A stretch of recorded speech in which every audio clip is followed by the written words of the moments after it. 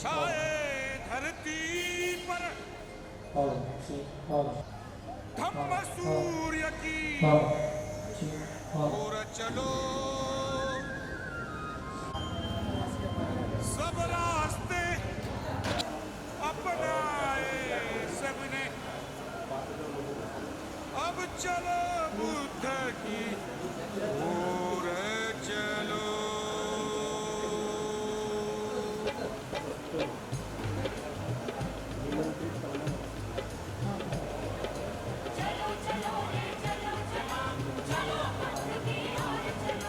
अपने विहारों की ओर चलो, अपने विहारों की ओर चलो, अपने विहारों की ओर चलो।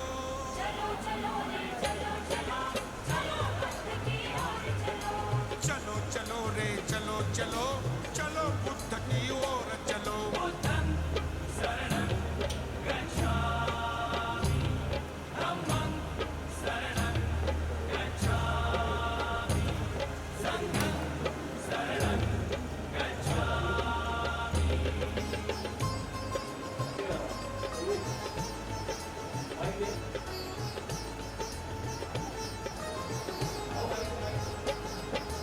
माँ मिट्टी से पूछो कोई, कन कन में यहाँ बुद्ध मिलेगा।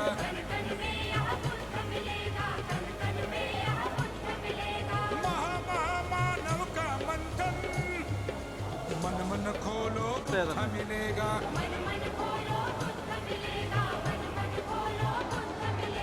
सदियों की सभ्यता सवारी, समग्र सुख समृद्ध मिलेगा।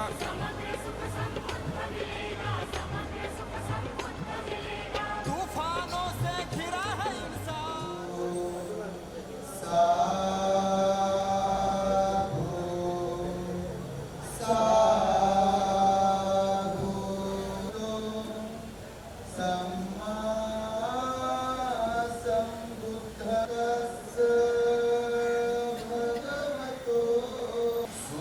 सुपटिपन्नो भगवतो सावक संघिनेयो अंजलिकरणीयो अनुत्तरं पुण्यं खेतं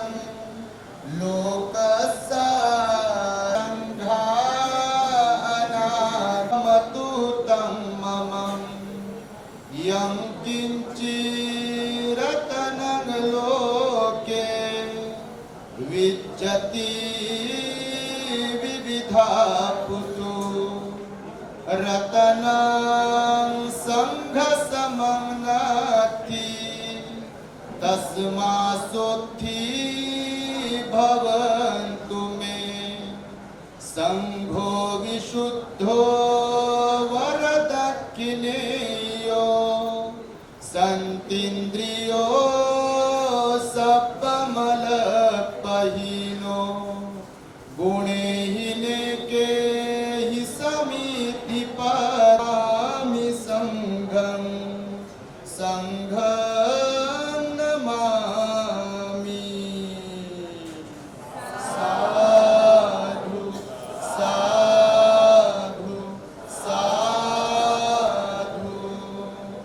बरोबर महिलांनी फक्त हातात साहित्य घ्यायचं आहे, महिलांनी कोणत्याही पदार्थ वाढायला येऊ नये कृपया, पुढे ही विनंती आहे.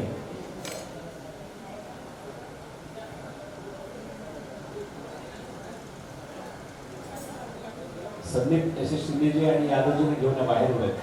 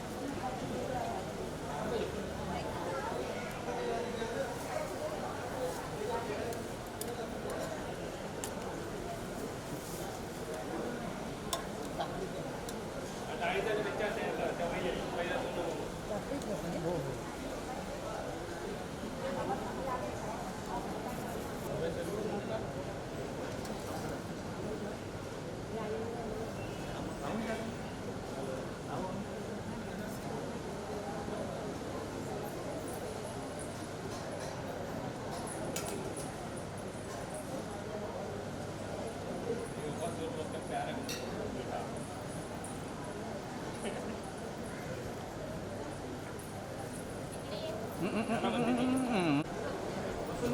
भोजनावरती बसणे शक्य असेल त्यांनी भोजनावरती बसावे. ज्येष्ठ भंतेजींकडे चेहरा करून बसावा.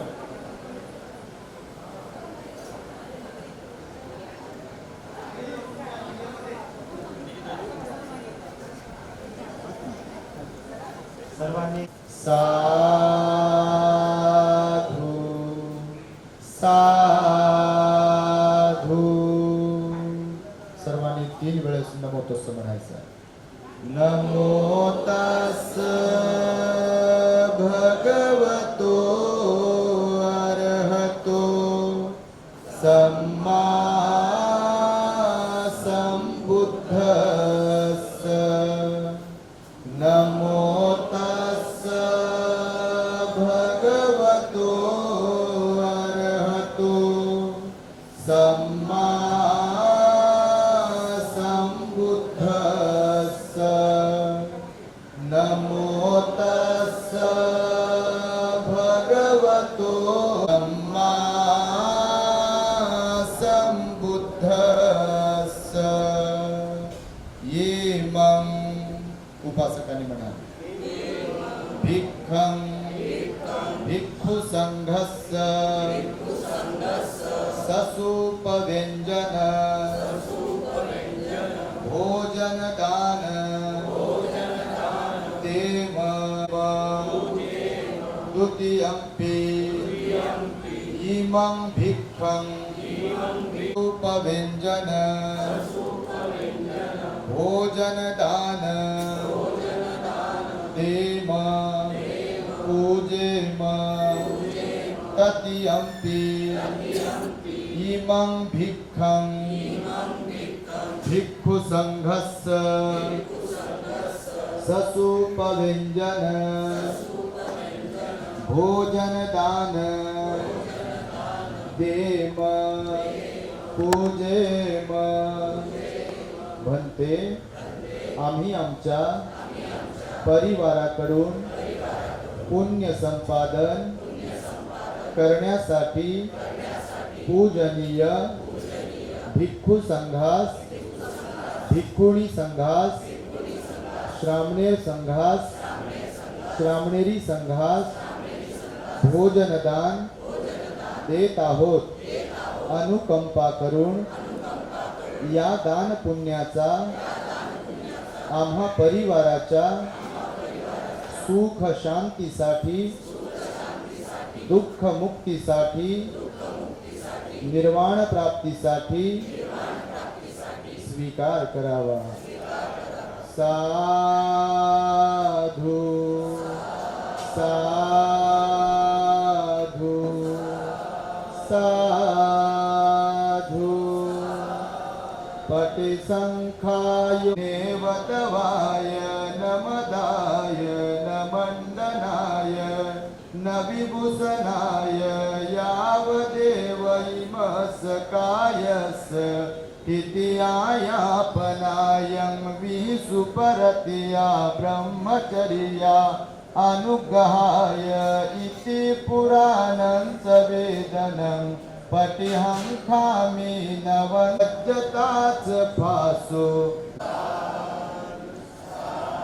बुद्धं नमामि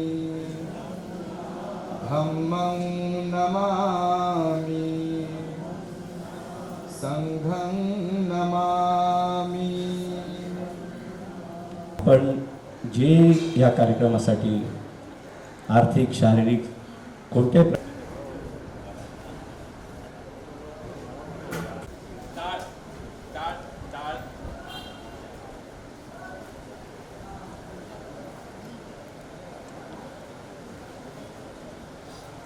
थांबा 1 मिनिट जाऊन मला जाऊन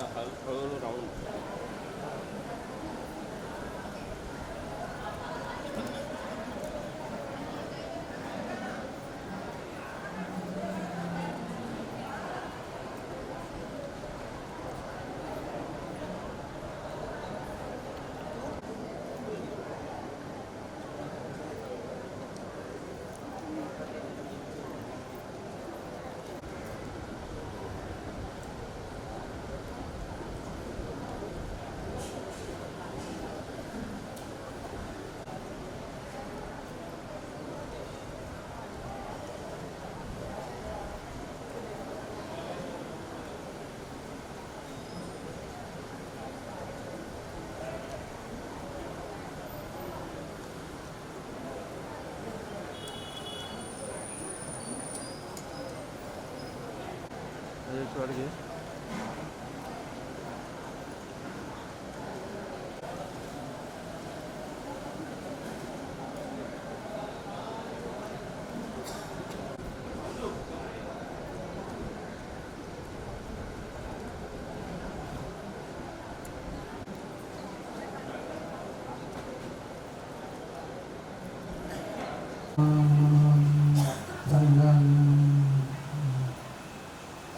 सर्वांचं मंगल आपण होईल. त्यानंतर या ठिकाणी आदरणीय एस.एस.जी. शिंदे साहेब आणि यादवजी मिळून ब्रह्मदर्शना करतील आणि नंतर संगदान होईल आणि मग उपस्थितांचं भोजन होईल असा हा आणि भगवंतांकडे जर पाठ करून उभं राहिलं तर डाव्या हाताला.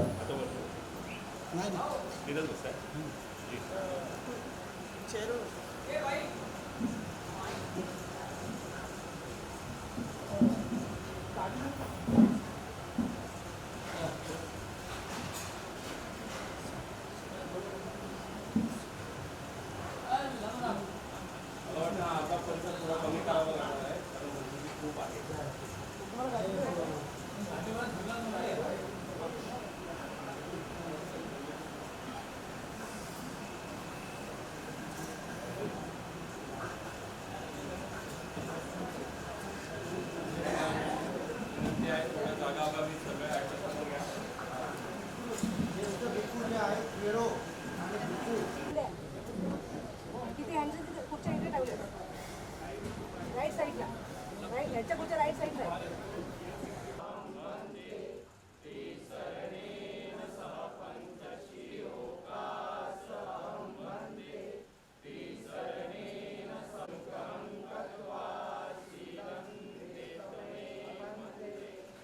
यामं वदामि तं वदेथ नमो तस् भगवतो अर्हतो सम्मा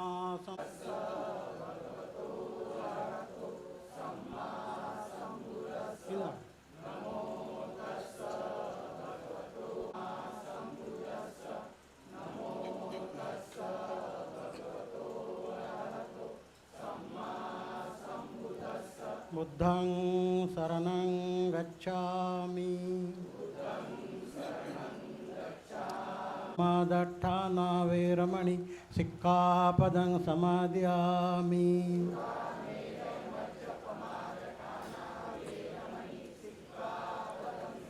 शिलेन सुगतिया सुख शांती मानवता तथा दुःख मुक्तीचा आर्य संदेश दिला असे ते दुःख मुक्तीचे मार्गदाता दुःख मुक्त महामानव महान कारुणिक तथागत भगवान सम्यक संबुद्ध तथागतांनी आपल्या शुद्ध प्रज्ञेतून निर्मिलेला सद्धम्म आणि त्याच सद्धम्माचा गेली 2500 वर्षांपासून सातत्याने अहोरात्र प्रचार आणि प्रसार करणारा पूजनीय भिक्खू संघ या महान आणि सर्वश्रेष्ठ अशा त्रिरत्नांना प्रथमतः त्रिवार अभिवादन करतो.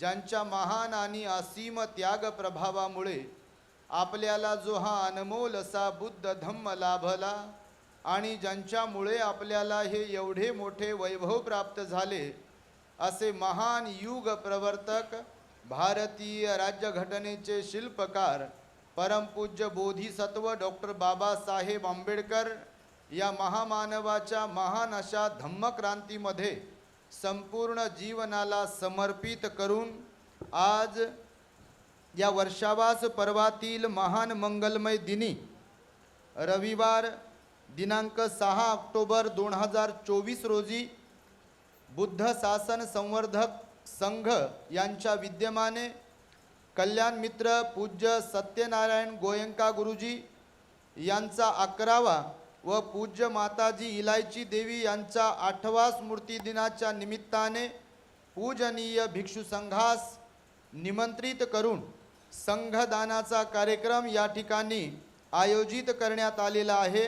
तेव्हा या कार्यक्रमामध्ये आपणास आशीर्वाद देण्यासाठी मंगलमैत्री प्रदान करण्यासाठी प्रामुख्याने उपस्थित असलेले पूज्य भिक्षू संघामध्ये ज्येष्ठ असलेले भिक्खू संघकीर्तीजी महाथेरो यांनाही मी त्रिवार वंदन करतो. त्याचबरोबर पूजनीय भिक्खू कश्यपजी महास्तवीर यांनाही वंदन, संपूर्ण ज्येष्ठ भिक्खूंना वंदन आणि कनिष्ठ भिक्खूंच्या प्रती मंगल मैत्री व्यक्त करतो. या कार्यक्रमाचं संयोजन ज्यांनी केला असे प्रकाश पवार, रजनी अडसुळे, मिलिंद कापसे, मिलिंद कदम, महेंद्र सरांनी. गोयंका गुरुजींच्या सहवासातील त्यांच्या अविस्मरणीय, जर तो त्रिरत्नांवरती श्रद्धा ठेवणारा असेल, तो सुविचारी असेल, 10 पुण्यांवरती विश्वास ठेवणारा असेल, तर तो हजारो लाखो लोकांचं कल्याण करून कल्याण मित्र बनू शकतो. याचं सर्वात मोठं उदाहरण आपल्या देशामध्ये बुद्ध बाबासाहेबांच्या नंतर, सम्राट अशोकाच्या नंतर, भिक्खू संघाच्या नंतर जर कुणाचं नाव आपण घेऊ शकतो तर ते सत्यनारायण गोयंका गुरुजींचं घेऊ शकतो.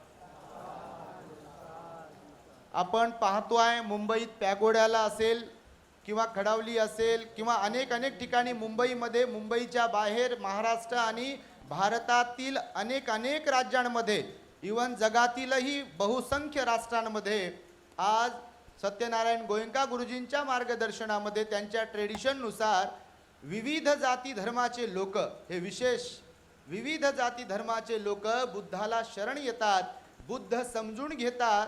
10 दिवसांसाठी का होईना ते सील समाधी प्रज्ञेचा अभ्यास करतात, उपोषधारी बनतात, संन्यासाचं जीवन जगतात आणि दान पुण्याचा अर्थ, सील पालनाचा अर्थ आणि ध्यानाचा अर्थ अनुभवातून ते शिकतात आणि आपल्या मनाला निर्मळ करून निर्वाण मार्गावरती प्रतिष्ठित होतात. हे सर्वस्वी श्रेय एस.एन. गोयंका गुरुजींचं आहे आणि त्यामुळे आपण त्यांच्यासाठी, त्यांच्या सुविद्य धम्मपत्नी माता इलायची देवी या दोघाही उभयंतांच्यासाठी, त्यांचे पंचउपादान स्कंद जिथे कुठे उत्पन्न झाले असतील त्यांच्या सुगतीसाठी आपण आज जे काही आपल्या बुद्ध शासन संवर्धक संघाच्या वतीने संघदान करण्यात येत आहे, हे दान संपूर्ण गुरुजींना आणि माताजींना समर्पित करूया. आपण सर्वांनी दानाचं अनुमोदन करावे. बघा, समाजामध्ये परिवर्तन घडवून आणणं, लोकांचे मन निर्मळ करण्याचं काम करणं, वाम मार्गाला लागलेल्या लोकांना सन्मार्गामध्ये प्रतिष्ठित करणं ही काही साधी गोष्ट नाही आहे. बघा, भगवान बुद्ध आपले 2600 वर्षांपूर्वी होऊन गेले.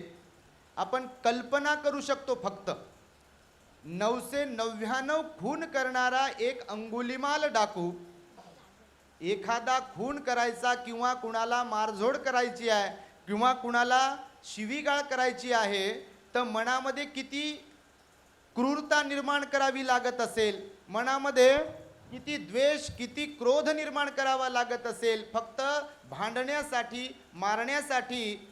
अंगुलिमालाने तर 999 खून केले होते आणि जेव्हा तो 1000वा खून आईचा करण्याचा विचार करत होता तेव्हा त्याची द्विधा मनस्थिती होत होती आणि नेमकं तेव्हा त्याचं पुण्य उदयास येते आणि भगवान आपल्या दिव्य दृष्टीने पाहतात की आत्ता यावेळी जर मी अंगुलिमालाकडे गेलो आणि त्याला उपदेश केला तर निश्चित मध्ये तो बदलू शकेल. आणि भगवान त्याच्याकडे हेतुपुरस्सर जातात आणि त्याच्याकडे जाऊन त्याला छोटासाच उपदेश करतात. तोडणे सोपे आहे, जोडणे अवघड आहे. मारणे सोपे आहे, वाचवणे अवघड आहे. बोलणे सोपे आहे, शांत राहणे अवघड आहे. टीका टिप्पणी करणे, नाव ठेवणे, निंदा करणे सोपे आहे, परंतु कुणाचं कौतुक करणे अवघड आहे. कृतज्ञ होणे हे फार सोपं आहे, परंतु कृतज्ञता व्यक्त करून कृतज्ञतामध्ये राहणे हे फार अवघड आहे. अशा आशयाचा छोटासा उपदेश अंगुलिमालाला भगवान करतात. आणि एक डाकू असलेला अंगुलिमाल, ज्याने 999 खून केले होते, तो भगवंताला शरण आला, बुद्धाला, धम्माला, संघाला शरण येतो. तो भिक्खू बनतो. लोक प्रतिकार करतात, त्याला मारझोड करतात, त्याच्या शरीराचं रक्त निघते. भगवंताकडे तो येतो आणि भगवान बुद्ध म्हणतात की कर्माचा परिणाम आहे, तुम्हाला सहनशील बनावंच लागेल. खंती पारमिता, भगवंताने 10 पारमितामध्ये एक पारमिता सांगितली आहे. ज्यांच्याकडे सहनशीलता असेल तीच लोक आपल्या मनाला निर्मळ करू शकतात. श्रोतापन्न, सकृतागामी, अनागामी आणि अरहंत्वाकडे वाटचाल करू शकतात. आणि सहनशीलताच नसेल तर बुद्धाच्या मार्गात ते एकही पाऊल पुढे जाऊ शकत नाहीत. आणि अंगुलिमालाला समजवल्यानंतर अंगुलिमाल कर्मठान घेतात आणि ते अरहंतांपैकी एक होतात. जेव्हा त्यांचं परिनिर्वाण होते तेव्हा भगवंताला विचारल्या जाते भिक्खूंकडून की भगवान, अंगुलीमाल भंते आता मृत्युमुखी पडले आहेत, त्यांच्या चित्ताची अवस्था, त्यांची गती कोणती झाली असावी. तेव्हा भगवान म्हणतात, भिक्खूंनो, माझा पुत्र अर्हतांपैकी एक तर होताच होता, पण तो मैत्रीमध्ये अग्र होता. ही माझ्या पुत्राची विशेषता आहे.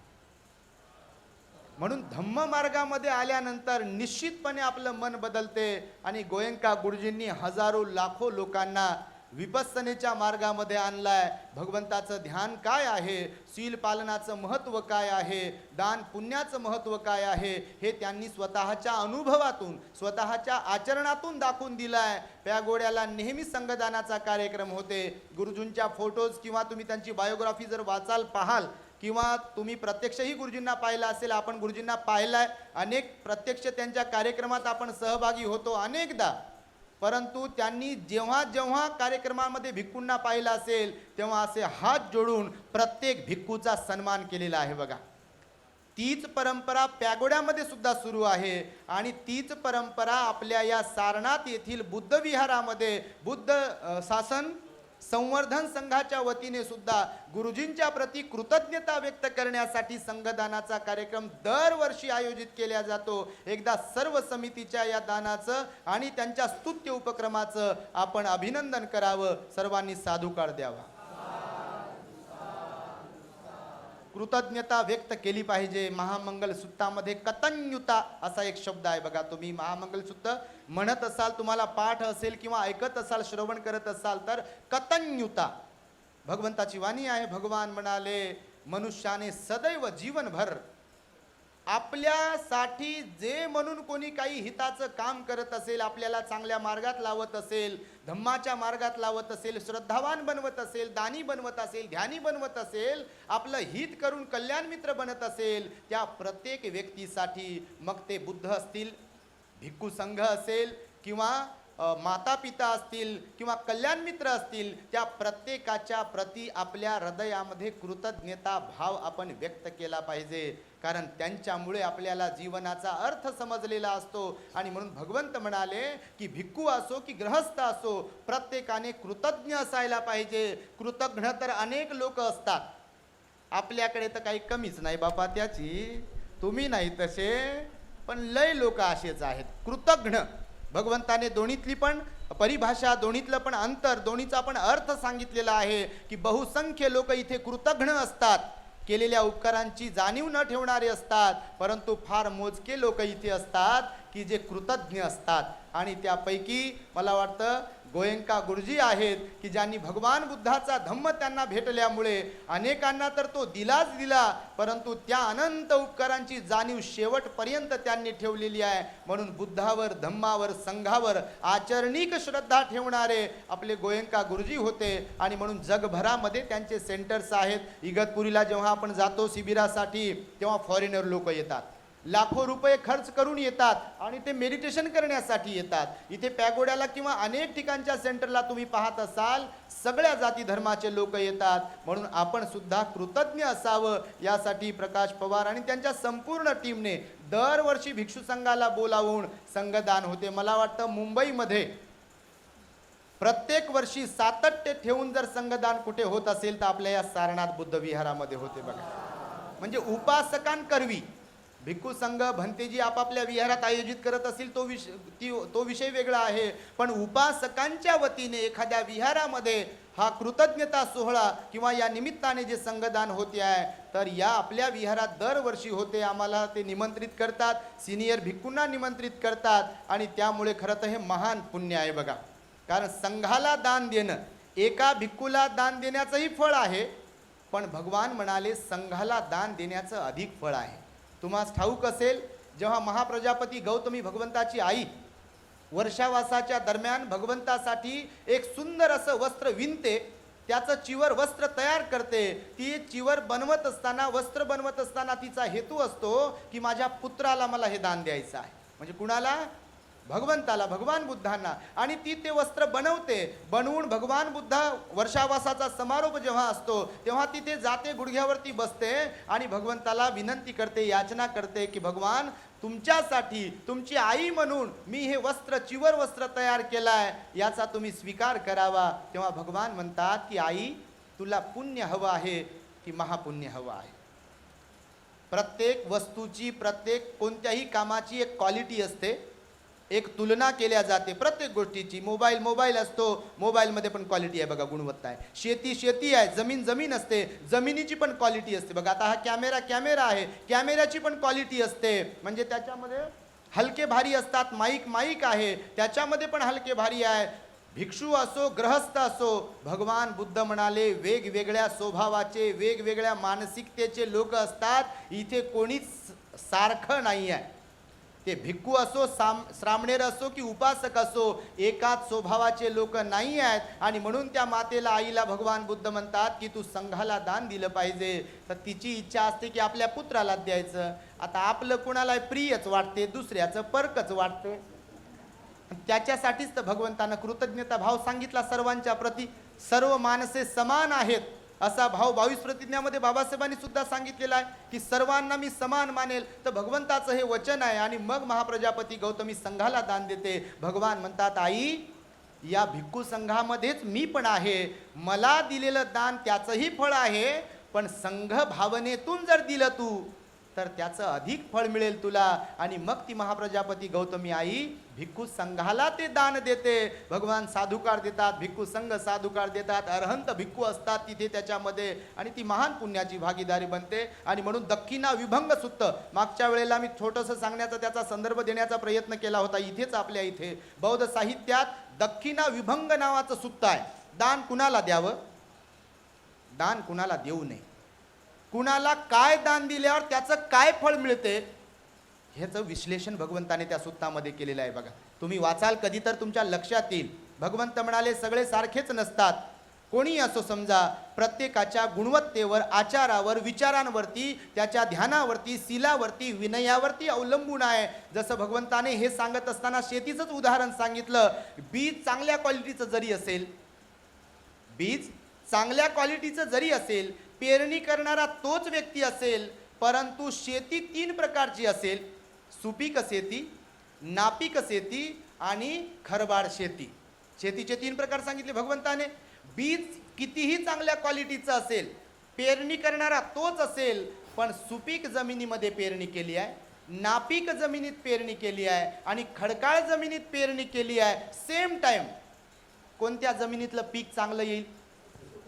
कोणत्या? नापीक जमिनीतलं येईल का? मग बीज तर चांगल्या क्वालिटीचं होतं. भगवान म्हणतात दान जरी सेम असेल, ते कुणाला देतोय आपण, ह्याच्यावर त्याचं फळ अवलंबून आहे. भगवंताने सांगितलं. उगीच महाप्रजापती गौतमीला, आपल्या आईला म्हणाले नाही की मलाच देऊ, म्हणजे मलाच दे असं नाही म्हणाले, संघाला दे म्हणाले. कारण संघ भावना ही अत्यंत महत्त्वाची आहे. आणि म्हणून मी आपल्या कमिटीचं कौतुक करेल की एवढ्या मोठ्या संख्येने एवढे मोठे भिक्खू आपण बोलवताय, त्यांना संघदान करताय, भोजनादी दान देताय, ही फार मोठी गोष्ट आहे. खरं तर भगवंताने दानाच्या क्वालिटी 3 प्रकारचे लोक सांगितलेले आहेत.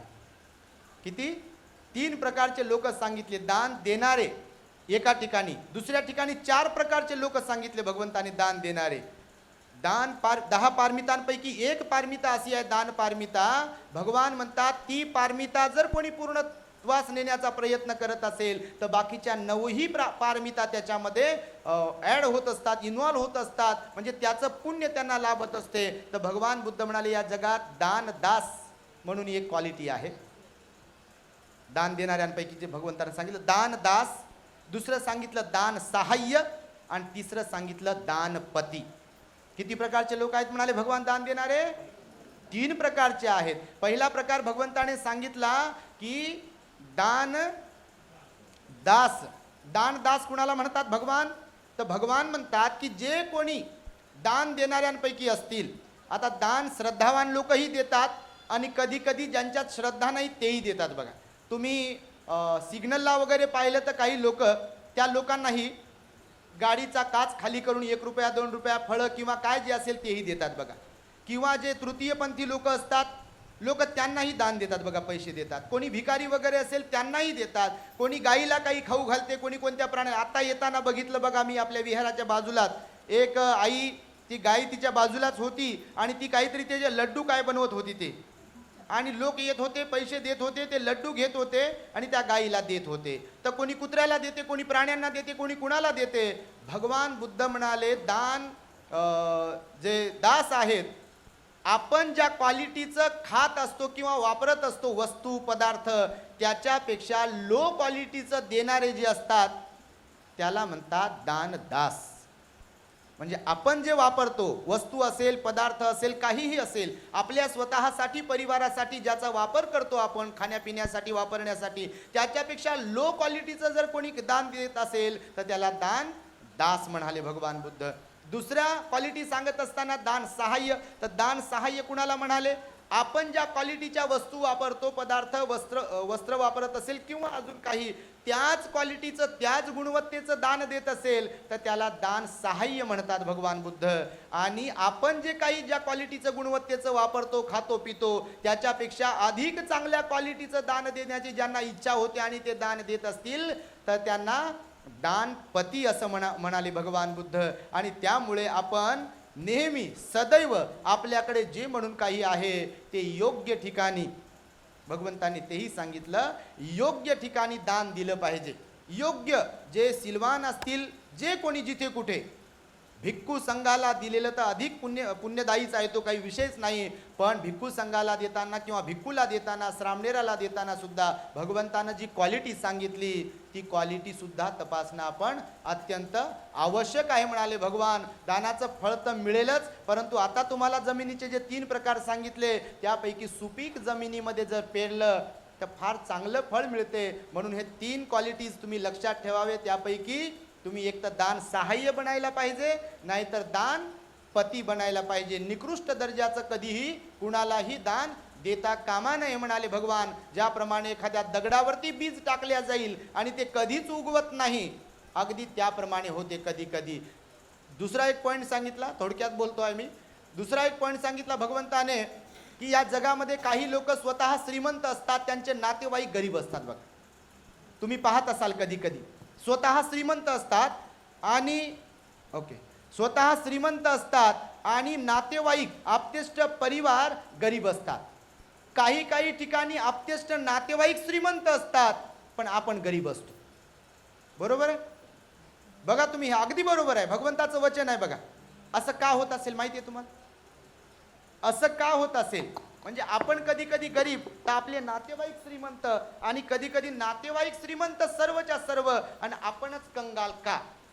तर भगवंतानं सांगितलं, या जगात 4 प्रकारे दान देणारे लोक आहेत. आता 3 प्रकारचे सांगितलं, 4 प्रकारचे. काही लोक असे असतात, स्वतः दान देतात, स्वतः दान पुण्य करतात, कोणतंही दान असेल. आणि दान म्हणजे पैसाच नाही, हे लक्षात ठेवलं पाहिजे आपण. पैसा दानापैकी एक आहे, आमिष दानामध्ये येतो तो. आता सध्या अत्यंत आवश्यक आहे पैसा. भगवंताच्या काळात त्याची आवश्यकताच नव्हती, परंतु आता तर आवश्यकता आहे. गाडी घोडी असते किंवा प्रचारासाठी इकडे तिकडे जावं लागते. परंतु दानाचा अर्थ म्हणजे पैसाच नव्हे. तर भगवान बुद्धांनी धम्मदानाला तर सर्वश्रेष्ठ दान सांगितलं आहे. सब्ब दानं धम्मदानं जिनाती. भगवान म्हणाले, दानांना जिंकणारं दान जर कोणतं असेल तर ते धम्माचं दान आहे. आणि धम्माचं दान म्हणजे कोणतं? तर पैशाच्या दानाला धम्मदान म्हणत नाहीत. जसं कधी कधी आपल्याकडे गायन पार्टी असते आणि बिचारे समजा त्या गायकांमध्ये श्रद्धा वगैरे नसेल किंवा धम्माचा अभ्यास नसेल, तर ते आपल्या कोकणामध्ये तर बापा लय काय कव्वालीचे कार्यक्रम असतात आणि पैसे लय लोक देतात, असे एकमेकापेक्षा जास्त. नाव घेतलं की मग फार बरं वाटते, लोकांना वाटते हा मेरा नाम लिया. मग कोणा 500 दिले की कोणी 1000 देते, अजून त्याच्यात लय खुशी मानतात लोक. पण तिथे काही श्रद्धेचा भाव नसतो. तर बघा, काही काही ठिकाणी मग ते दान दिले ना, काही 100 रुपये दिले, 500 रुपये दिले की ते म्हणते अमक्या अमक्याकडून 500 रुपयाचं धम्मदान आलेलं आहे आणि पार्टी आभारी आहे.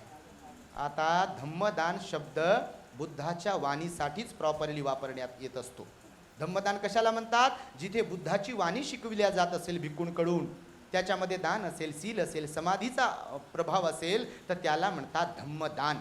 पैशाला अजिबात धम्मदान म्हणत नाही. म्हणून आता माझ्यासमोर संदेशने पाठी हे आणली का पेटी आणली आहे, त्याच्यावर बरं झालं दान लिहिलं, नाही तर काही काही विहारांमध्ये सुद्धा धम्मदान लिहिलेलं आहे. काही काही ठिकाणी पावती बुक दाखवतात लोक, भंतेजी म्हणतात आम्ही हे असं करू लागलो, त्याच्यावर धम्मदान लिहिलेलं आहे. तर आपण बौद्ध आहोत का नाही? बहुसंख्य बौद्ध आहात ना आपण? जयंतीची वर्गणी असो की वर्षावासाची असो की विहारासाठीचा असो, कोणी भिक्खूंनी देखील उपासकांनी देखील दान या शब्दाचा विपर्यास करता कामा नये. धम्मदान हे धम्म देसनेला प्रवचनालाच म्हणतात.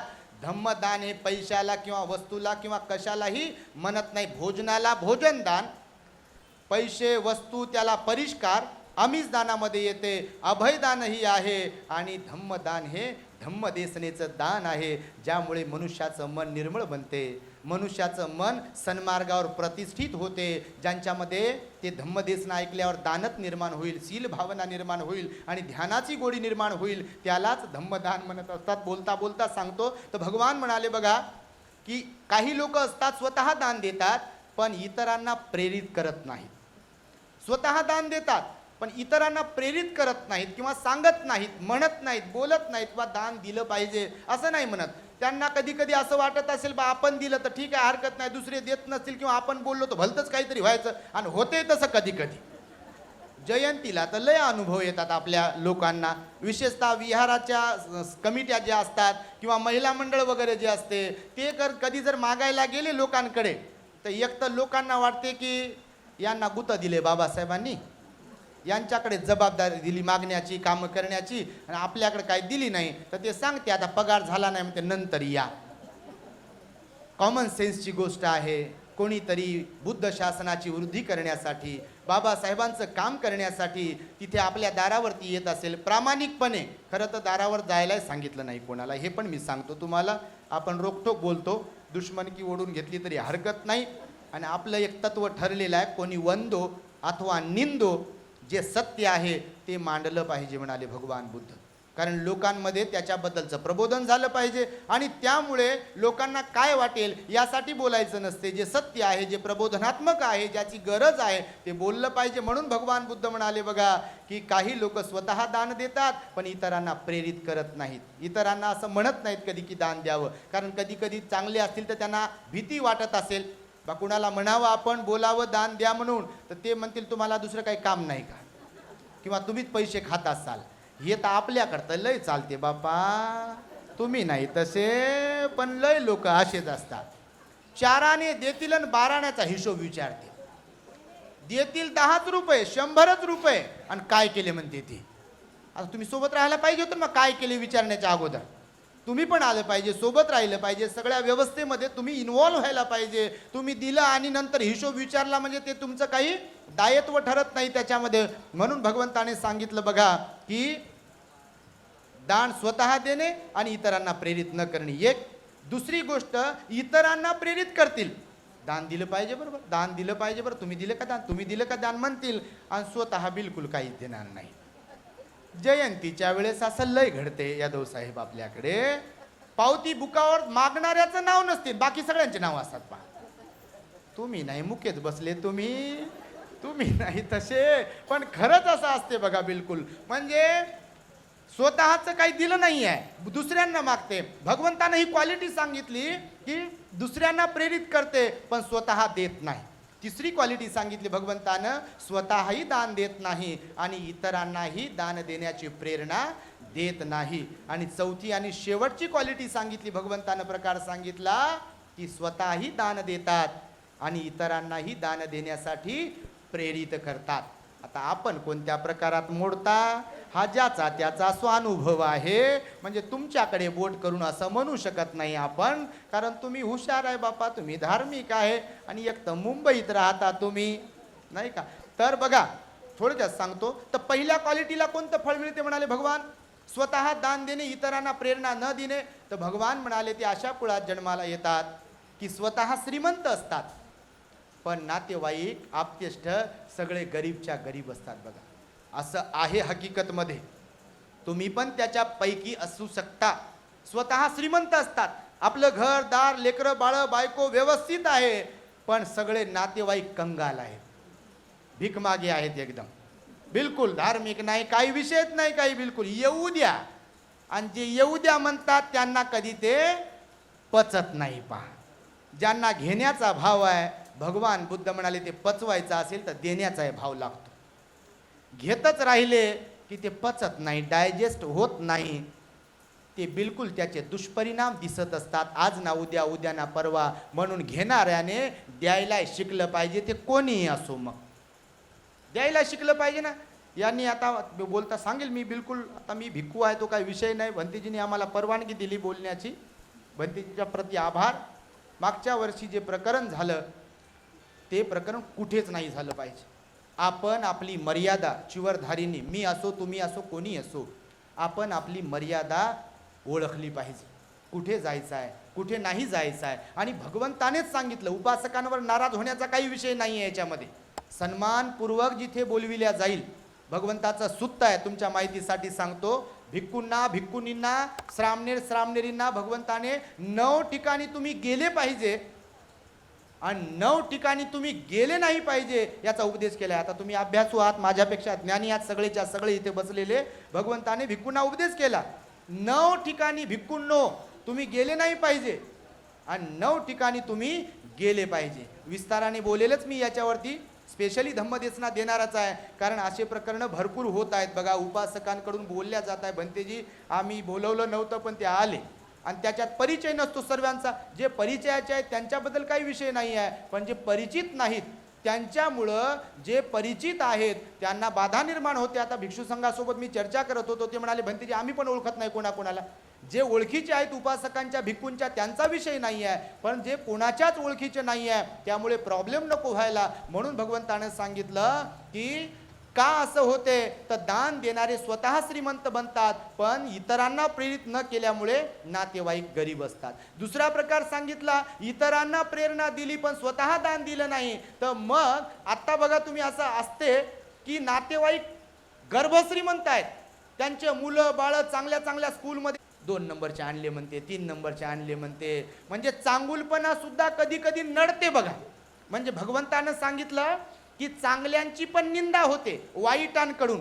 कारण चांगल्यांकडून वाईटाला जर वाईट म्हटलं तर त्याला वाटते अच्छा आम्हाला वाईट म्हणता का, मग तुम्हाला वाईट. भगवंतासोबत ह्या घटना घडल्या. भगवंताची म्हणून बदनामी करण्याचा लोकांनी जो प्रयत्न केला, भगवंताला लांछन लावण्याचा जो प्रयत्न केला, भगवंताला परेशान करण्याचा जो प्रयत्न केला, भगवंतांना उपाशी ठेवण्याचा जो प्रयत्न केला, तो यामुळेच की भगवान बुद्ध म्हणाले या जगाची रीत अशी पण आहे की चांगले लोक सर्वांनाच आवडत नसतात. आणि चांगल्या लोकांचा प्रभाव जेव्हा वाढतो तेव्हा जी वाईट मनोप्रवृत्तीचे लोक आहेत ते चांगल्या लोकांना डिवसतात, चांगल्या लोकांना नाव ठेवतात, चांगल्या लोकांना बदनाम करत असतात. आणि म्हणून या दुसऱ्या क्वालिटीमध्ये भगवंताने सांगितलंय, इतरांना प्रेरित केल्यामुळे नातेवाईक चांगले मिळतात, श्रीमंत गर्भश्रीमंत सुंदर मिळतात, पण आपलंच घर किंवा आपणच गरीब असतो. तिसऱ्या क्वालिटीला सांगत असताना भगवान म्हणतात, काही काही लोक अशा कुळात परिवारात जन्मास येतात की स्वतः पण 18 विश्व दारिद्र्य असते आणि नातेवाईकही प्रचंड गरीब असतात बघा. असे आहेत लोक बघा, बिलकुल स्वतः भीक मागतील, नातेवाईकही भीक मागतात बघा.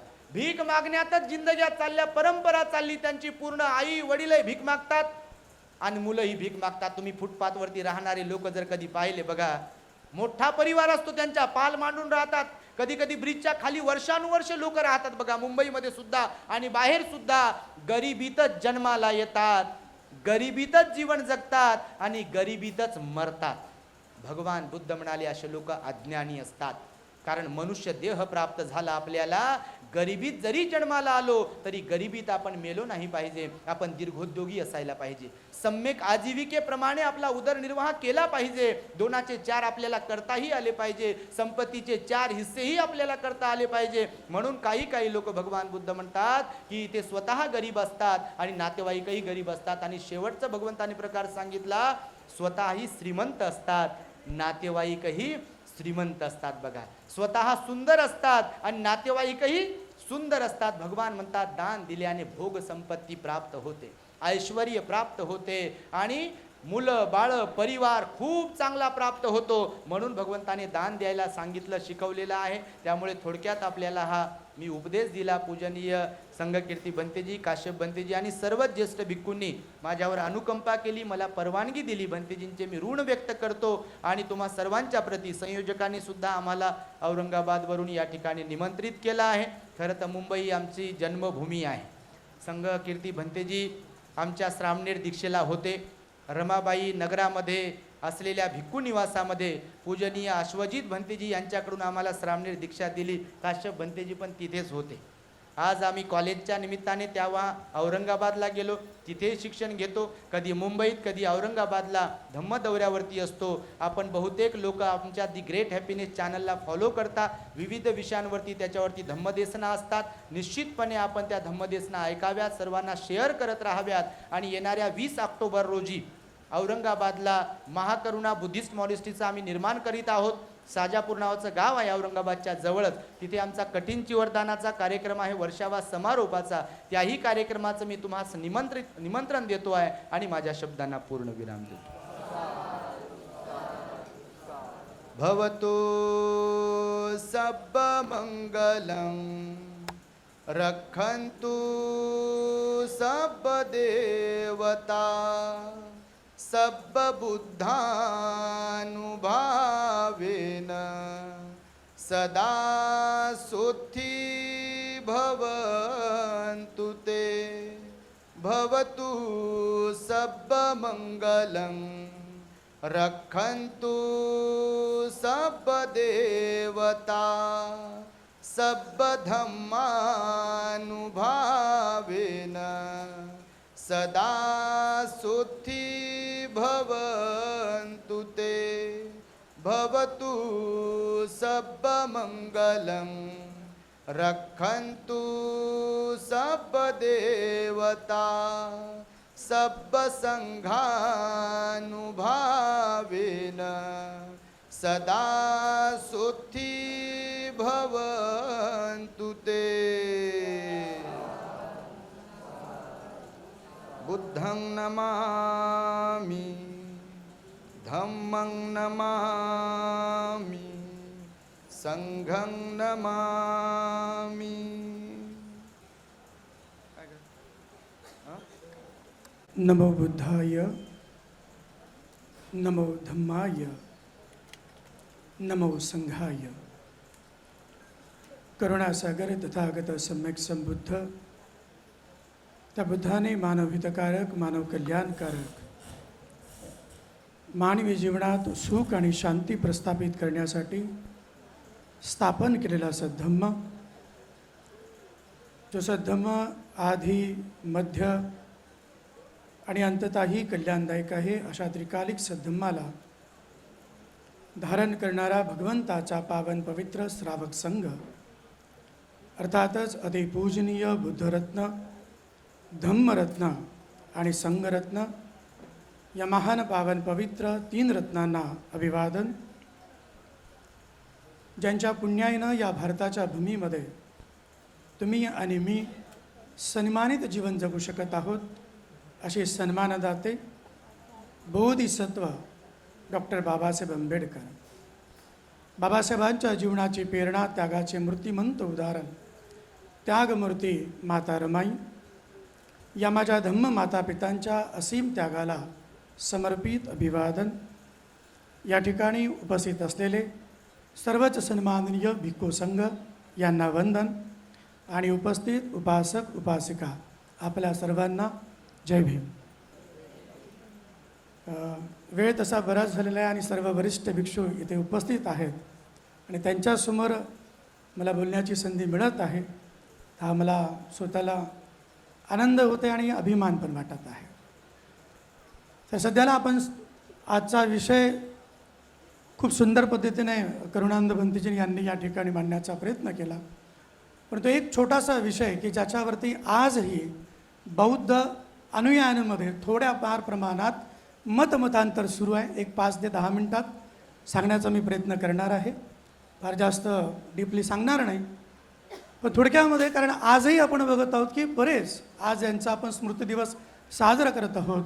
असे पूज्य गोयंका गुरुजी यांच्याबद्दल अनंत कृतज्ञता आपण सर्वांनी व्यक्त करणं फार आवश्यक आहे.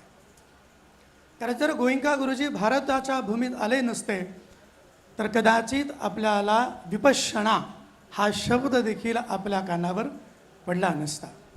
आजही आपण म्हणतो की जेव्हा आपण बुद्ध आणि त्यांचा धम्मग्रंथ वाचतो किंवा बौद्ध साहित्य वाचतो तर आपल्या समाजामध्ये आजही बऱ्याच लोकांच्या चित्तामध्ये एक प्रश्न पडतो की बौद्ध धम्मामध्ये विपश्यना आहे का, बरोबर नाही. आणि मग त्याच्यावरती चर्चा चालू आहे.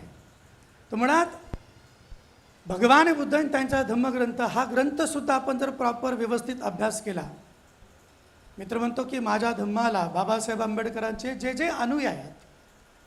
मी एकदा थायलंडमध्ये असताना एकाने प्रश्न केला की म्हणते की आम्ही ट्रेडिशनल थेरावादी बुद्धिस्ट आहोत, काही लोक ट्रेडिशनल महायानी बुद्धिस्ट असतात, परंतु भारतीय वंशातले लोक, विशेष करून आम्ही महाराष्ट्रात गेलो तर तिथले लोक आम्हाला म्हणतात ना आम्ही थेरावाद मानत ना आम्ही महायान मानत, आम्ही आंबेडकर राईट बुद्धिस्ट आहोत. आता मग मला थोडक्यात सांगा म्हणे की आंबेडकर राईट बुद्धिस्ट म्हणजे नेमकं काय. तर त्यावेळेस त्याला थोडक्यात सांगितलं की आंबेडकर राईट बुद्धिस्ट अशा व्यक्तीला म्हणू शकतात की जो व्यक्ती, कारण आपण कुठेही जर गेलो, आपण म्हटलं थायलंडच्या कोणत्याही विहाराच्या बाहेर जर गेलं तर तिथे तुम्हाला मूर्त्याचा भेटतील, तिथे तुम्हाला हातात घालायचे ब्रेसलेट भेटतील, तिथे गळ्यात घालायचे लॉकेट भेटतील. श्रीलंकेला गेलं तर तिथे सुद्धा अशाच पद्धतीनं तुम्हाला मूर्ती, लॉकेट, फोटो अशा प्रकारच्या वस्तू सहज मिळतात. पण आंबेडकराईट बुद्धिस्टची ओळख जर करायची असेल तर आमच्या भारतातल्या बुद्धविहाराकडे या आणि बुद्धविहार बघा, त्यातलं चैत्यभूमी असेल या दीक्षाभूमी असेल, आमच्या बुद्धविहाराच्या बाजूला लॉकेट, मूर्ती याच्याही पुढं जाऊन जर काय असेल तर प्रत्येक विहाराच्या बाजूला बाहेर पुस्तकांचं स्टॉल असते. मग आंबेडकराईट बुद्धिस्ट कुणाला म्हणावं की जो स्वतःही वाचन करतो आणि दुसऱ्यालाही वाचन करण्यासाठी प्रेरित करतो, म्हणजे ज्ञान घेणारा आणि ज्ञान देणारा आणि पुस्तकांना आपला विशेष आदर्श मानणारा जो समाज असेल त्या समाजाला आंबेडकराईट बुद्धिस्ट म्हणावं. पण प्रॉब्लेम असा आहे की आपण अभ्यास करत नाही. असं म्हणतात की मुलं कुणावर जातात तर मुलं बापावर जातात. मुलांच्या बापाच्या आवडीनिवडी किंवा वडिलांच्या आवडीनिवडी, वडिलात असलेले कलागुण कुणामध्ये येतात तर मुलांमध्ये येतात. पण प्रॉब्लेम असा झाला की भारतीय लोकांनी फक्त बाबासाहेबाला बाप मानलं, पण बाबासाहेबांचे गुण, बाबासाहेबांची क्वालिटी आपल्यात आलीच नाही. म्हणजे एक तर आपण धम्माचे अभ्यासकही बनलो नाही, धम्माचे वाचकही बनलो नाही. आज वर्षवासानिमित्त प्रत्येक नगरात, आपल्या विहारात काय होते मला माहीत नाही बरं, प्रत्येक नगरात प्रत्येक विहारामध्ये भगवान बुद्ध आणि त्यांचा धम्म या ग्रंथाचं वाचन चालू आहे. जवळजवळ 90% विहार असे आहेत की त्या विहारामध्ये ग्रंथाचं वाचन चालू आहे. काही तर विहार असे आहेत की तिथे भिक्षूही नसतो तरी देखील त्यांचा वर्षवास सुरू आहे. त्याच्याबद्दल तर फार लांबचीच गोष्ट आहे.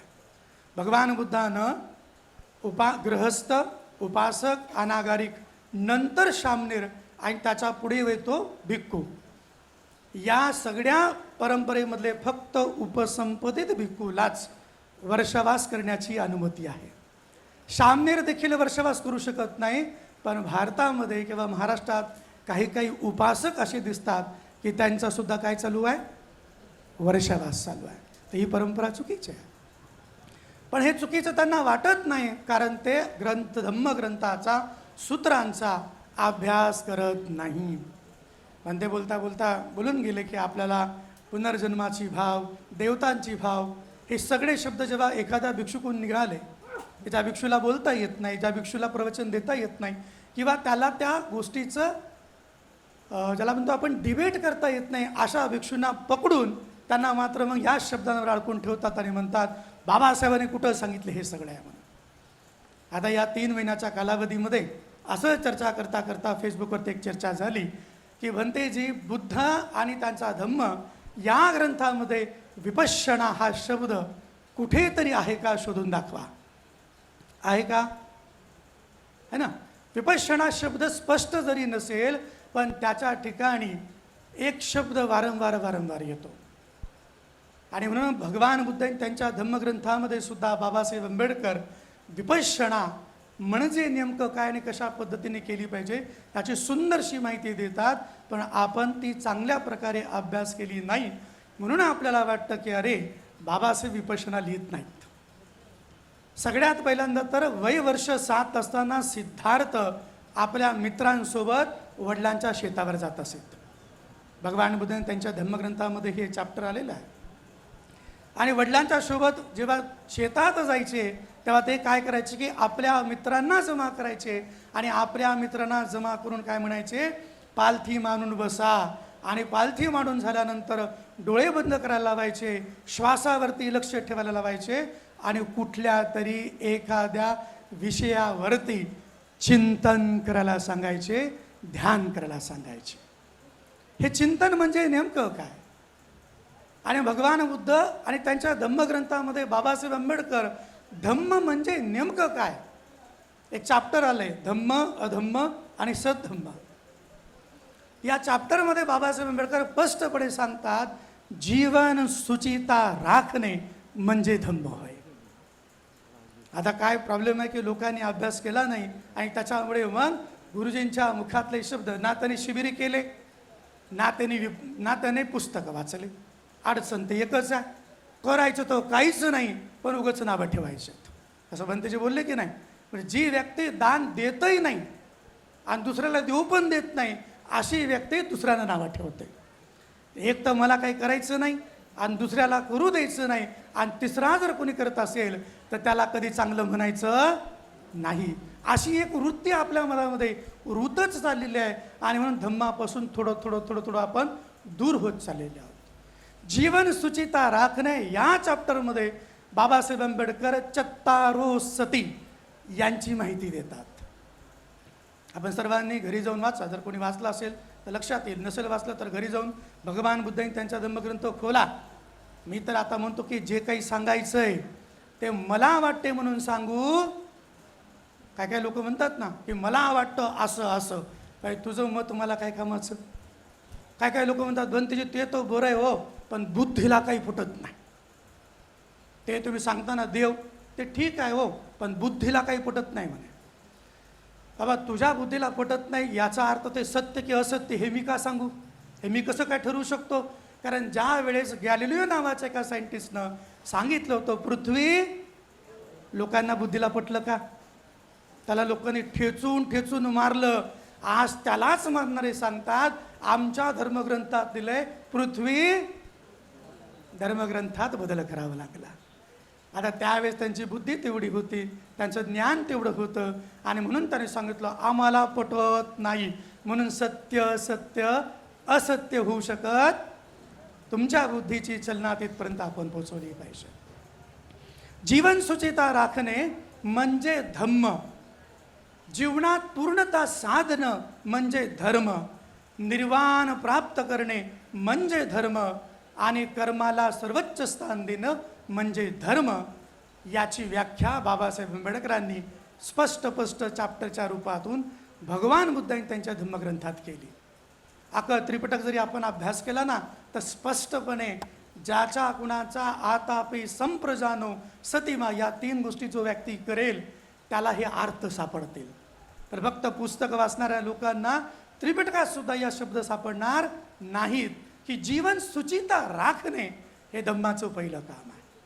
मग जीवन सुचिता राखायचं तर नेमकं काय करावं लागेल तर स्पष्टपणे बाबासाहेब लिहितात कायेला काया समजून वावरत राहणे म्हणजे कायानुपස්සना करणे. वेदनाला वेदना समजून वावरत राहणे म्हणजे वेदनानुपස්සना करणे.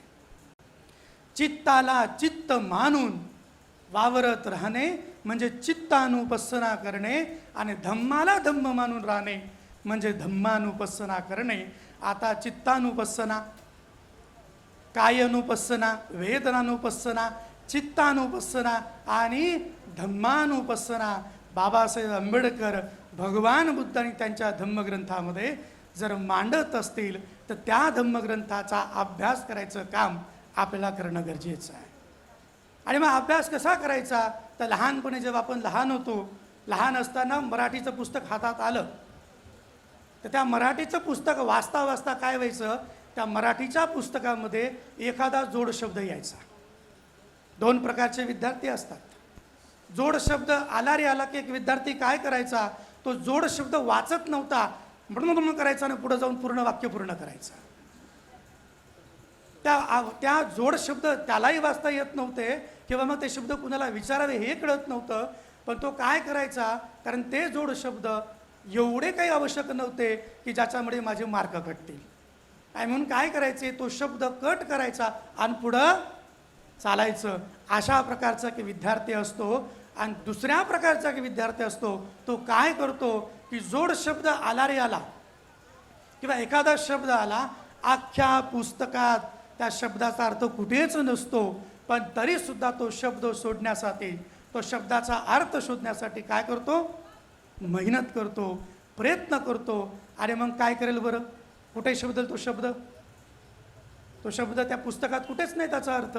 मग त्या शब्दाचा अर्थ कुठे शोधणार, एक तर तो कुठल्या तरी गुरुकडे गेल्यानं गुरुला म्हणेल, गुरु मला या शब्दाचा अर्थ सांगा. त्या गुरुने सांगितलेला शब्दाचा अर्थ त्याला पटला नाही, तो खराब आहे म्हणून सोडणार नाही, तो काय करणार, डिक्शनरी शोधायचं काम करेल आणि तो शब्द जो आहे त्या शब्दाचा अर्थ चांगल्या प्रकारे माहीत करून घेईल. आता बाबासाहेबांचे लेकरं म्हणून जर आपल्याला जगायचं असेल तर बाबासाहेबाचा एक गुण आहे, एखादा शब्द जर अवघड आला तर तो शब्द आपण उडी मारून पुढे जाणारे जे जे बाबासाहेबांचे अनुयायी असतील ते बाबासाहेबांवरती गेले नाही. मग बापाचा गुण स्वतःत आला तर आपण काय करायला पाहिजे, भगवान बुद्ध त्यांच्या धम्मग्रंथामध्ये कायानुपස්සना शब्द आहे, तर मग आता ही कायानुपස්සना बुद्ध ही धम्मग्रंथात सापडत नाही. मग ह्या शब्दाला शोधण्यासाठी आपल्याला सतीपटान सुत्त वाचावं लागेल. बाबासाहेबांनी एक शब्द दिला, जिज्ञासू वृत्ती दिली बाबासाहेबांनी. बाबासाहेब म्हणले जिज्ञासू बनलं पाहिजे. बुद्ध ही धम्मग्रंथ ही पोथी नाही, उठा आणि दिवसरात्र वाचा. आम्ही पोथी बनवली, बाबासाहेबांनी आपल्याला जिज्ञासू बनवलं, पण आपण ग्रंथ वाचताना जिज्ञासू बनलो नाही. आणि म्हणून सतीपट्टान सुत्तामध्ये गेल्यानंतर सापडते कायानुपස්සना कशी करावी. तर कायानुपස්සना करण्यासाठी 6 प्रकारचे पब्ब सांगितले. मी विपश्यना नाही शिकवणार, कारण विपश्यना आपण सगळेजण केलेले आहेत. मग हे 6 प्रकारचे पब्ब कुठे शोधायला भेटतील, तर तुला त्याच्यासाठी डिक्शनरी शोधावं लागेल. आणि म्हणून हे शब्द जे आले फक्त शब्द नाही, तर याच्यासाठी पूर्ण इतिहास, याच्यासाठी पूर्ण अभ्यास, शिकण्यासाठी ग्रंथाचा आपल्याला अभ्यास करावा लागेल. म्हणून भगवान बुद्धांनी त्यांचा धम्मग्रंथ वाचत असताना आपल्याला चिकित्सक, आपल्याला बुद्धीची जागृती ठेवून ग्रंथाचं वाचन करावं लागेल. याच्यासाठी एक छोटं उदाहरण सांगतो आणि मी थांबतो. माझ्यासमोर भंतेजी बसलेत आणि ते वयस्कर आहेत आणि त्यांचाही विचार मी करतोय, कारण एकदा बोलायला लागलो तर भंते 2-2 तास थांबत नाही. तसं हे आपण विषय जर सुरू झाला आणि तो समजून सांगायची वेळ आली तर 2 तास कुठेही निघून जातात समजत नाही. एक छोटासा प्रश्न विचारतो, आपण सगळ्यांनी भगवान बुद्ध आणि त्यांचा धम्मग्रंथ वाचलाय का? होय, बरोबर. तर प्रश्न असा आहे की सिद्धार्थ गौतम जेव्हा बुद्ध झाले, तर बुद्ध होऊन जेव्हा भगवंत पहिल्यांदा कपिल वस्तूला आले, ज्याला माहीत असेल त्यांनी फक्त हातवरती करा. जेव्हा भगवान बुद्ध पहिल्यांदा कपिल वस्तूला आले त्यावेळेस कपिल वस्तूचा राजा कोण होता? कोण होता? हे उत्तर जे सांगत असतील शुद्धधन, हे उत्तर जे सांगत असतील त्यांनी मला असं म्हणायचे, त्यांनी भगवान बुद्धांनी त्यांचा धम्मग्रंथ हा वाचन केलेला नाही. या उत्तराचं उखल करतो आणि माझं तोडकं मोडकं भिक्खू संघाच्या समोर बसून जास्त बोलण्याची हिंमत करत आहे, संघाने माफ करावं, पण याचं मी उत्तर देतो.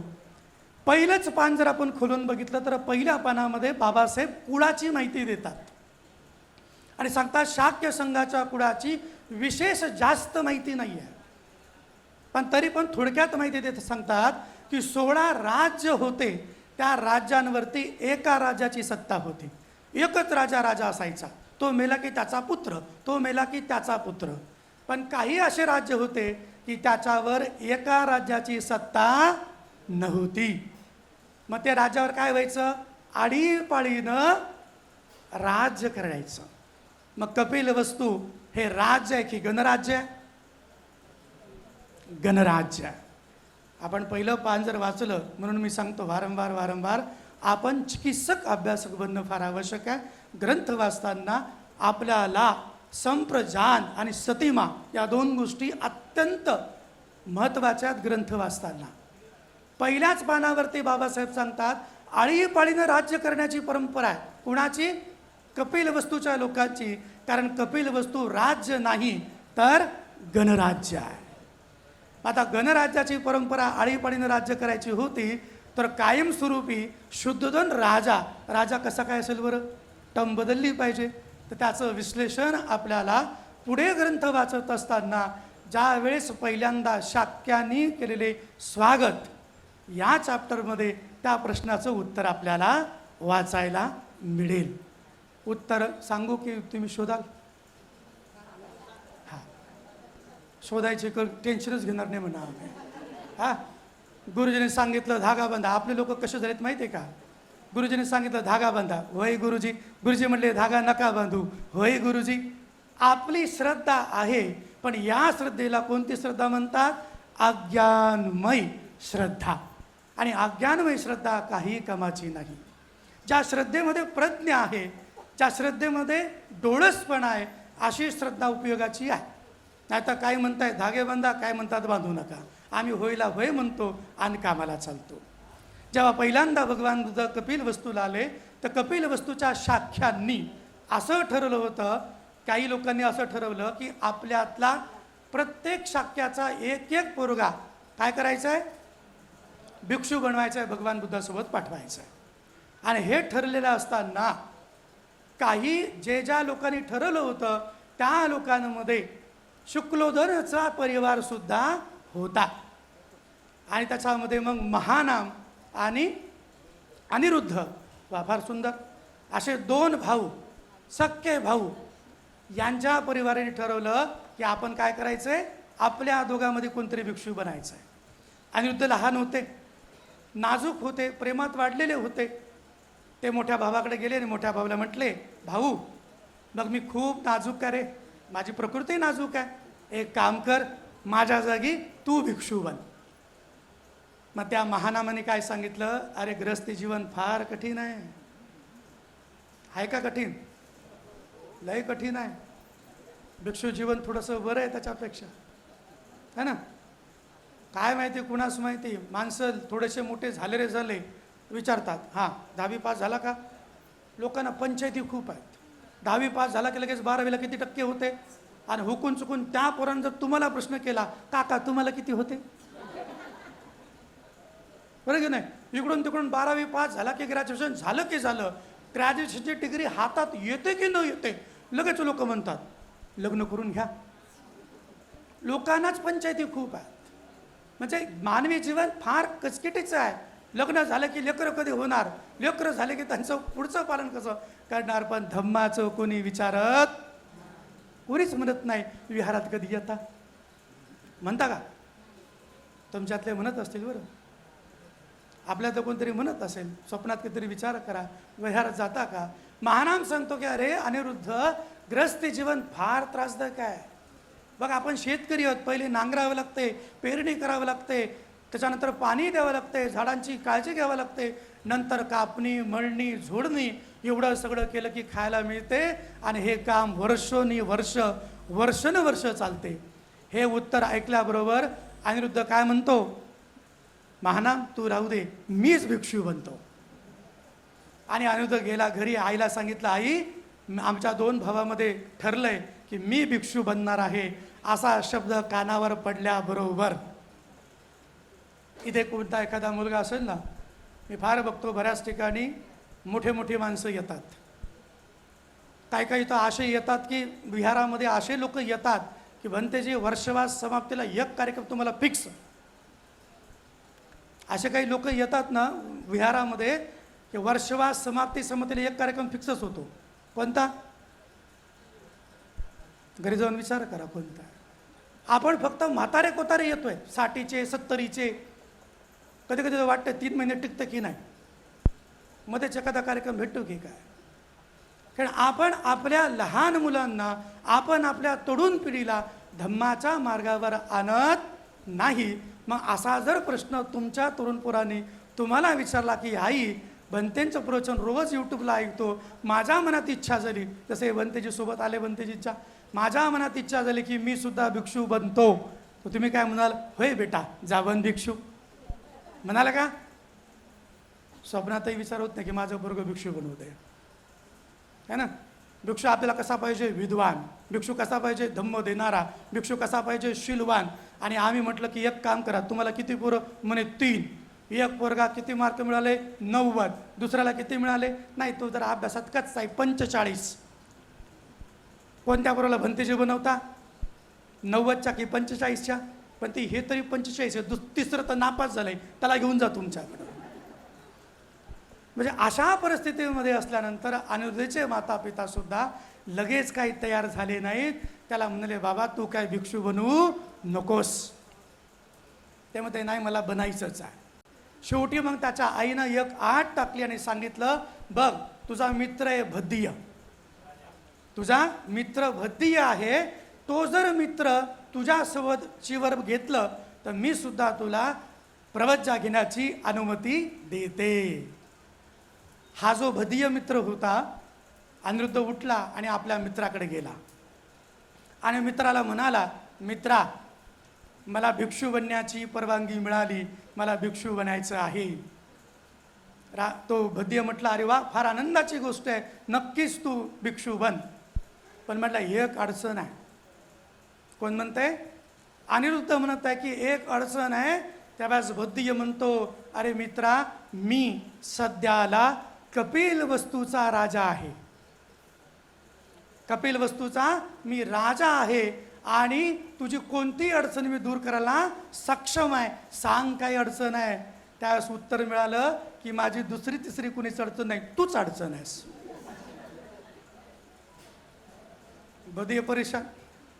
आता मीच अडचण आहे, तू मी अडचण आहे तर सांग काय अडचण आहे. तर माझ्या आईनं सांगितलंय की जर तू भिक्षू बनला तर मला भिक्षूची परवानगी मिळणार. त्यावेळेस राजा त्याला उत्तर देतो होय मी सुद्धा तुझ्यासोबत भिक्षू बनायला तयार आहे, पण 7 वर्ष थांब. काय उत्तर मिळालं? 7 वर्ष थांब. आता हे 7 वर्ष कशासाठी थांब बरं? तर 7 वर्ष याच्यासाठी थांब कारण 7 वर्ष राजपद भोगण्याची माझी टर्न आहे. आळीपाडीनं राज्य आहे ना, ते 7 वर्ष राज्य भोगण्याची माझी टर्न आहे. माझी टर्न संपली की मला काय काम धंदा आहे, तुझ्यासोबत भिक्षू बनतो. आणि म्हणून पहिल्या चॅप्टरमध्ये आळीपाळीचा शब्द आला आणि पुढे कितीतरी पाठानंतर हा एक विषय येतो, शाक्यानी केलेलं स्वागत. पहिल्या चॅप्टरचं उत्तर तुम्हाला शाक्याने केलेलं स्वागत याच्यात सापडते. आणि म्हणूनच सजन हो, त्रिपिटक फार कठीण आहे, पण त्रिपिटकाला अतिशय सोप्या भाषेत समजून सांगणारा एकच बाबासाहेब होऊन गेला. आणि म्हणून कमीत कमी त्रिपिटक नाही वाचता येत तर बाबा त्याला हात जोड, 2 मिनिटासाठी बाजूला ठेव. पहिल्यांदा बुद्धानी धम्मग्रंथ व्यवस्थित वाच.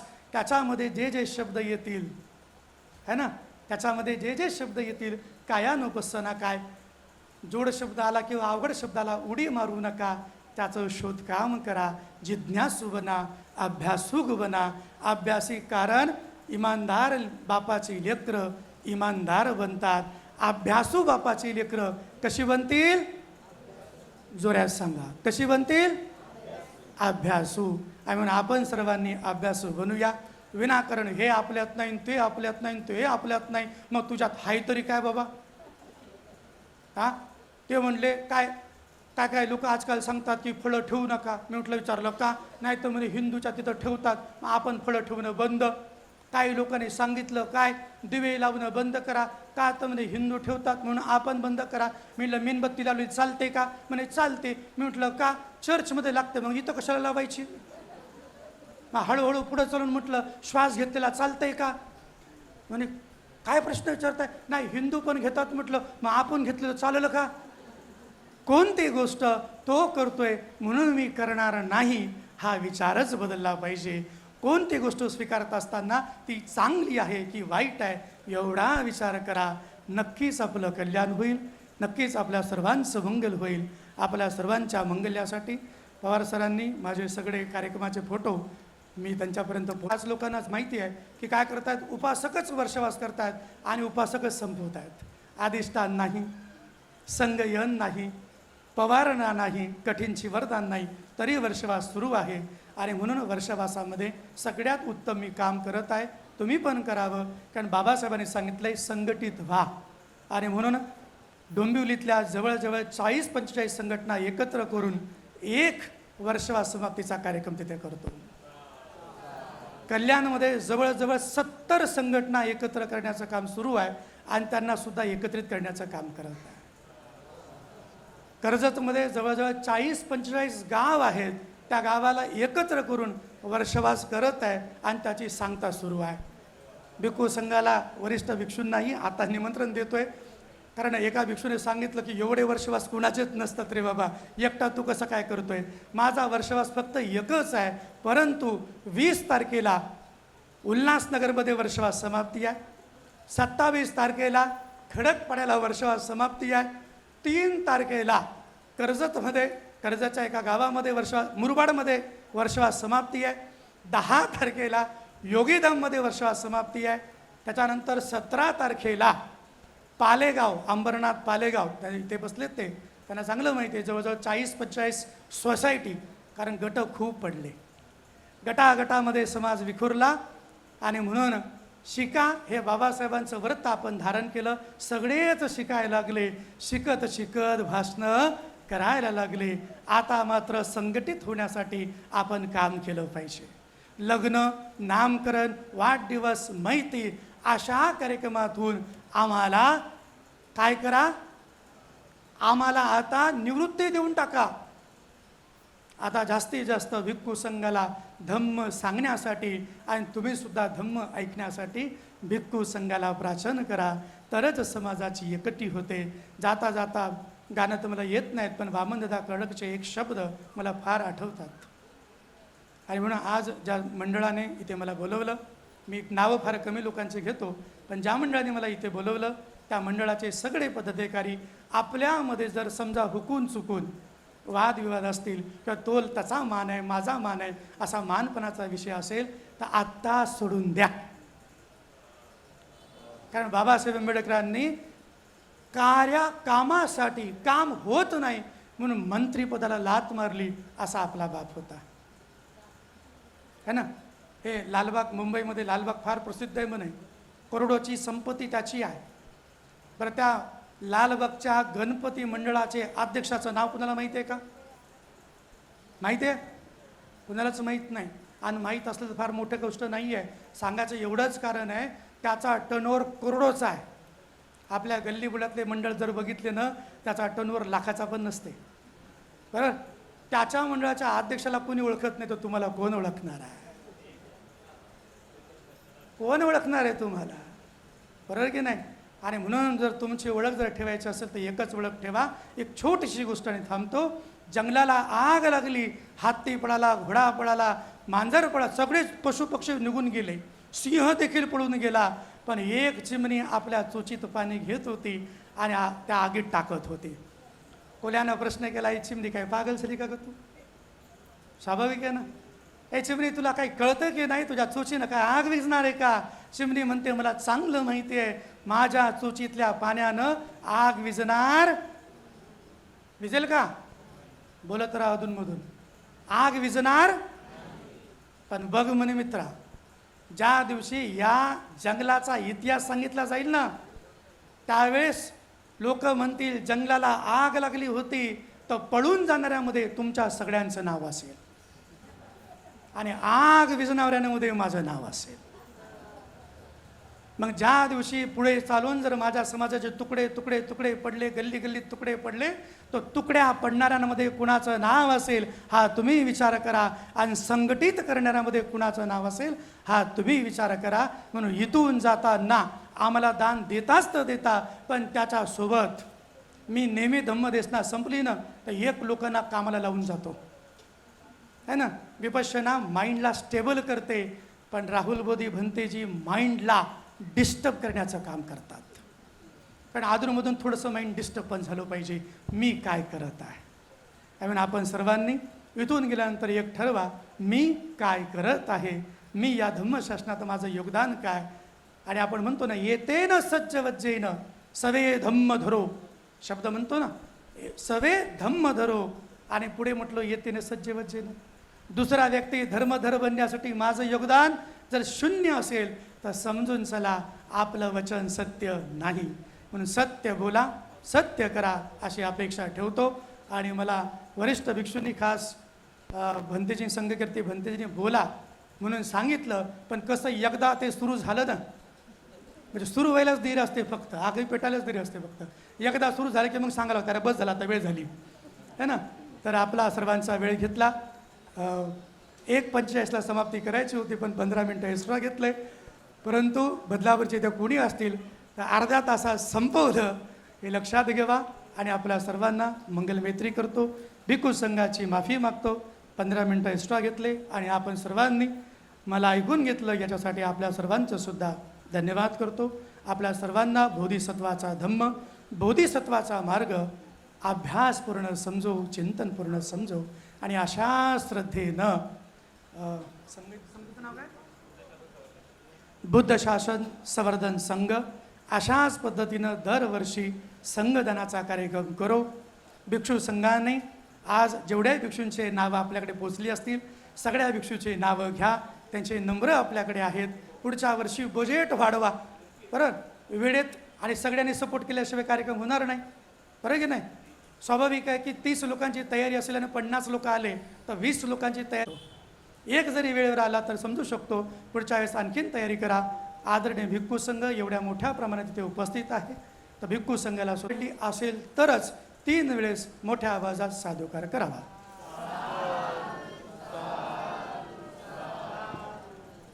यानंतर भिक्षू संघाकडून कार्यक्रमाचा समारोपीय आशीर्वाद होईल. पूजनीय भिक्खू तस् भगवतो अरहतो सम्मा संबुद्धस्स. नमो तस् भगवतो अरहतो सम्मा संबुद्धस्स. नमो तस् भगवतो अरहतो सम्मा संबुद्धस्स. इचितां पतितां तुय्यां किप्पमे समे जतु सभ्ये पुरेन्तु चित्तसङ्कप्प चन्दोपन्न रसयता मणिज्योतिरसोयता आयु आरोग्य संपत्ति सग संपत्ति मेव च ततो निब्बान संपत्ति मीनाते समे जतु भवतु सर्वमङ्गलं रक्षन्तु सर्वदेवता सर्वबुद्धानुभावेन सदा सुखी भवन्तु ते. भवतु सर्वमङ्गलं रक्षन्तु सर्वदेवता सर्वधर्मानुभावेन सदा सुखी भवन्तु ते. भवतु सर्वमङ्गलं रक्षन्तु सर्वदेवता सर्वसंगानुभावेन सदा सोती भवन्तु ते.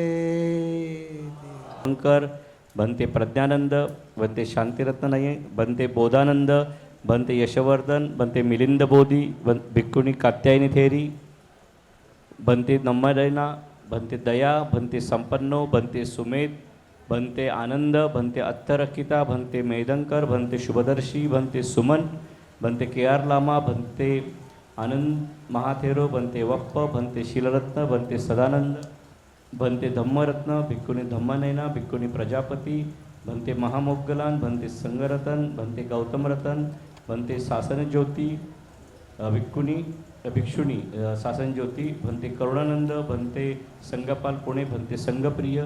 या सगळ्यांनी बॅग दिलेल्या आहे सगळ्यांसाठी. पण सगळ्यात महत्त्वाचं की ज्यांची नावं नाही घेतले त्या सगळ्यांसाठी एक पाकिट असेल ज्याच्यामध्ये आपलं आर्थिक दान यथायोग्य ठेवलेलं आहे.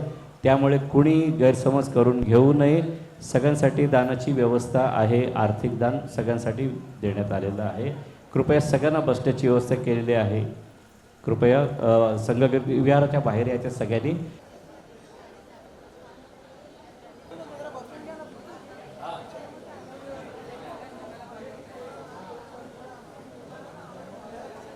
नाही ना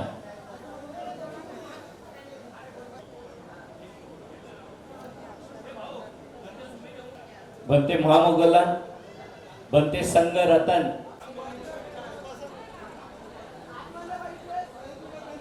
आता कोणाला सगळ्यांनी सरसकट देऊन टाका आणि लोकांनी बसून घ्या लवकर. आता लगेच संगदान होईल.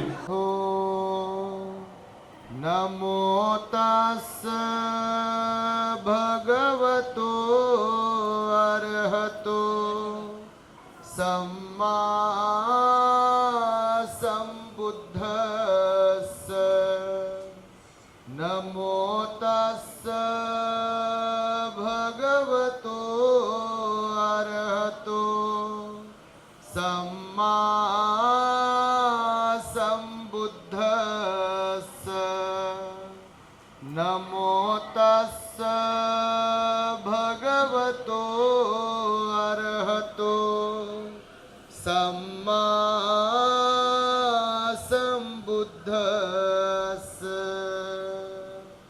दानदात्यांनी म्हणावे इमं भिक्खं भिक्खु संघस्य कासावं चिवरदान परिखारदान अर्थदान देम पूजेम दुतं भिक्खं भिक्खु संघस्य उद्देक्खु संघस्य कासावं चिवरदान परिखारदान अर्थदान देम पूजेम. म्हणते आम्ही आमच्या परिवाराकडून पुण्य संपादन करण्यासाठी पूजनीय भिक्खू संघास दुःख मुक्तीसाठी निर्वाण प्राप्तीसाठी स्वीकार करावा. साधू साधू साधू. आशीर्वाद बिलकुल सांगितलं. सभ्येतियो विभाजन्तु सब्बरोगो विनाशतो माते भवन्तराय दिगो भव अभिवादनशीलिश्च नित्यं कर्दापचायिनो चत्तारो धम्मा वर्धन्ति आयुर्वन्नो सुखां